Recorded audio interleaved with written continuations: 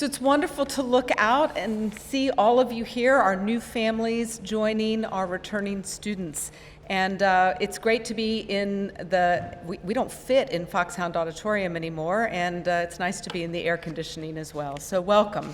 On behalf of our faculty, administrators, and staff, I welcome you to our Foxcroft family. As Bella said, these first few days are designed to help you learn about the school.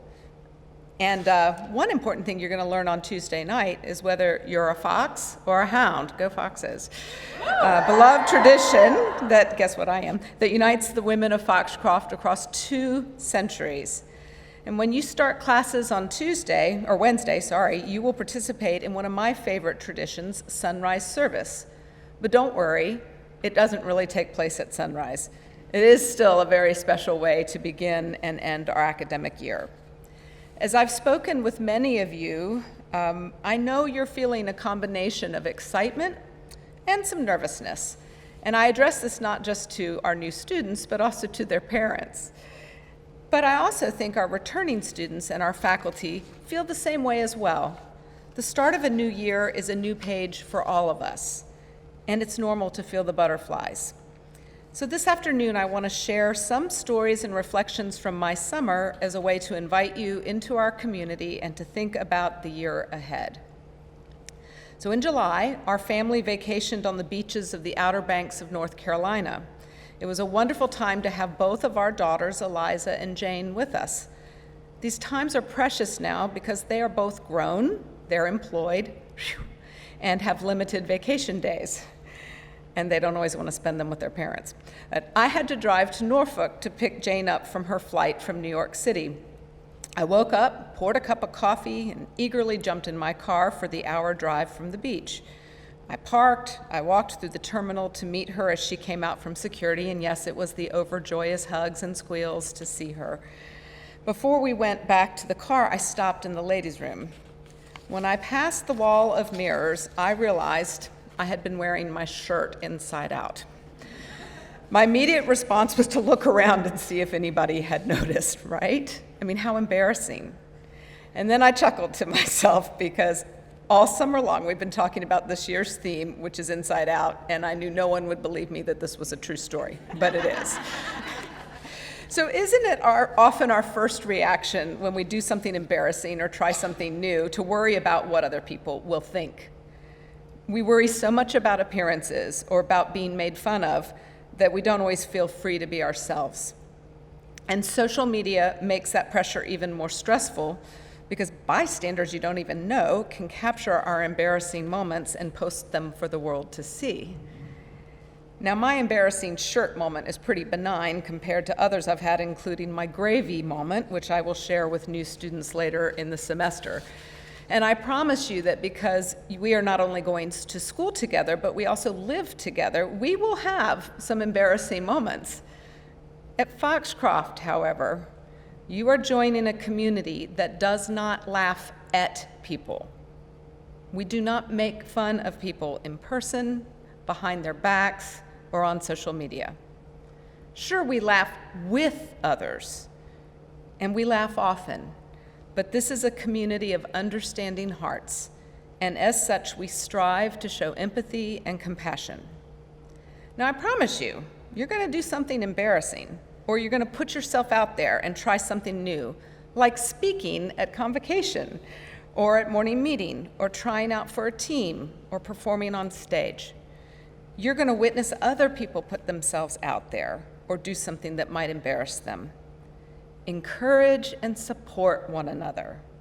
Laugh with others, not at them. This way, we can all feel safe to live from the inside out, being our unique selves. Now, another story I want to share involves one of my favorite pastimes. My husband, Reed, and I love to hike. And by the way, for those of you who have not met Dr. McGehee, he's sitting over there on the front row. You'll soon get to know him. He practices ophthalmology in Richmond, Virginia, but comes to campus every Thursday evening and spends weekends at Foxcroft. You'll see us walking our rambunctious labs, Lucy and Ginger, and having lunch in the dining hall, and he'll be cheering on the hounds at Sing Sing's. So So, this summer, we were making our way up to one of our favorite spots on warm spring mountains in the Alleghenies. The trail gains significant elevation and provides a strenuous workout.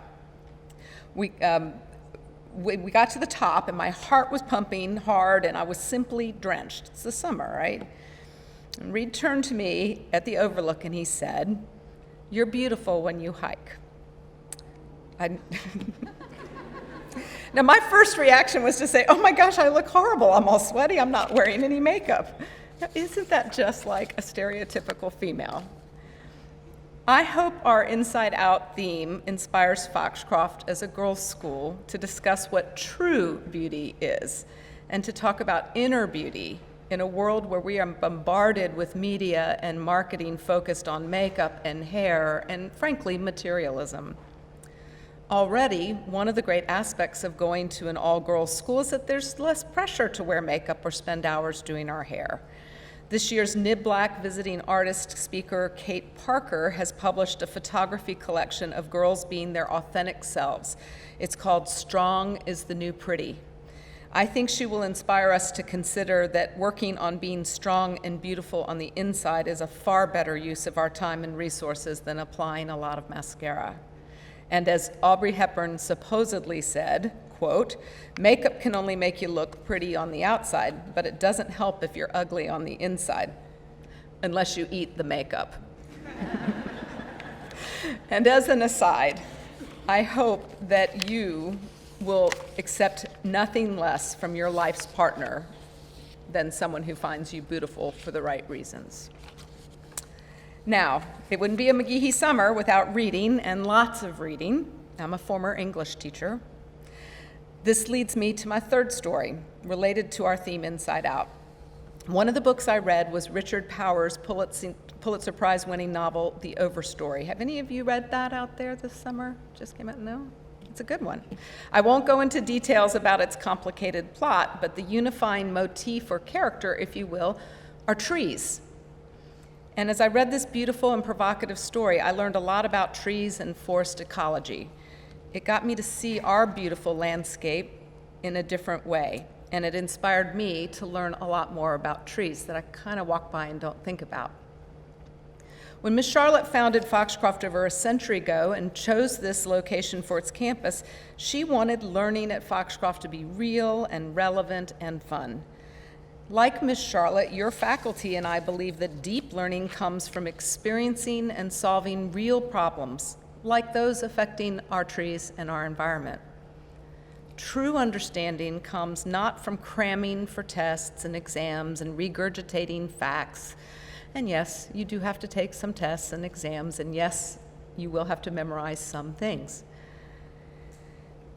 Deep knowledge comes from genuine curiosity, from internal motivation to really understand another person's perspective or to apply a concept, from research and debate, from creativity, and not merely from a desire to make a grade. Now don't mistake me. There's nothing wrong with wanting excellence, but don't strive for an A without that A being based on real learning.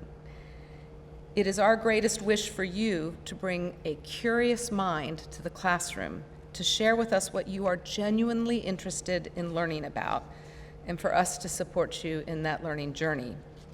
So when your advisor asks you what your goals are for the year, don't say to make good grades. Tell us something you really want to learn, and we'll help you. It's okay to make good grades too.